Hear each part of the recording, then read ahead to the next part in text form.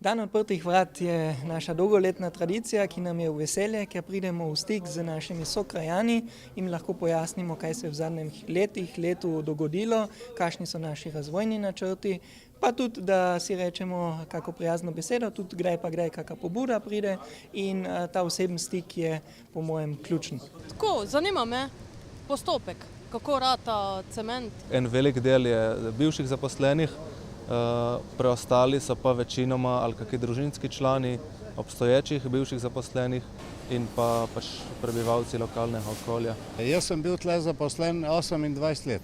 Prej sem delal dol v stari cementarni.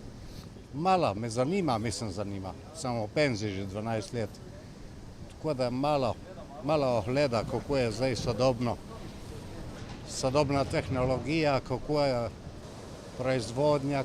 Kar jih najbolj zanima je običajno, te naše velike dimenzije so zanimive, a ne peč, kako je dolga, kako je velika.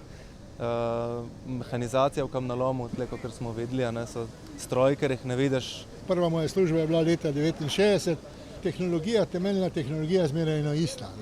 Zanimivo pa je seveda obvladovanje in sledenje proizvodnje je pa avtomatizirano veliko bolj z informatiko, z vsem, kar je bilo takrat. Zakaj je to pomembno?